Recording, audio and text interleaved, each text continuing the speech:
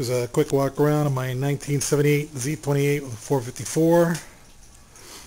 Kind of on the fence about what to do with this car.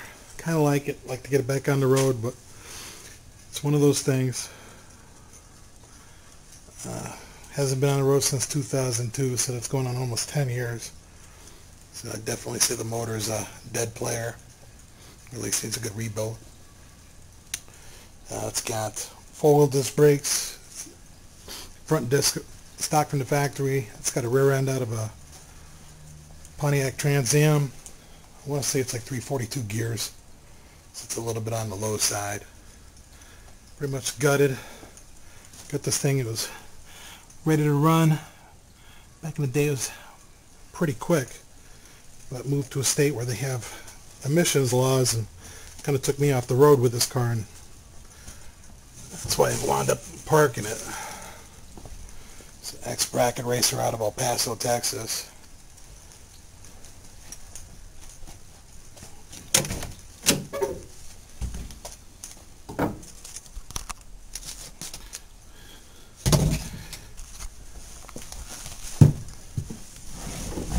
Floorboards are pretty solid.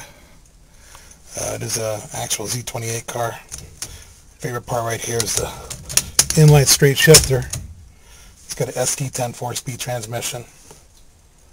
It's also got posi, like the inline 4-speed. You know, my favorite thing is a reverse lockout. That's always a good feature. So, but you know, factory gauges, pretty much. People look at it and they just think it's an older car, which it is. But you know, they're expecting a 305, not a 454. So I'm sure you can sneak up on a couple of people with it. There's Mr. Crowley. Yeah, it wouldn't take much to get this thing back up on the road. So I think for the right person and at the right price, you know, help find this thing a new home.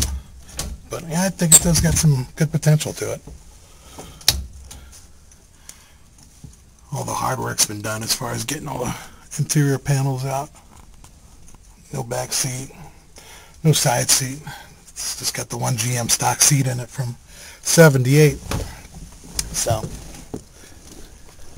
you know, a couple of those knockoff Recaros or whatnot. Get the lightweight seats in there. This thing will be pretty freaking light.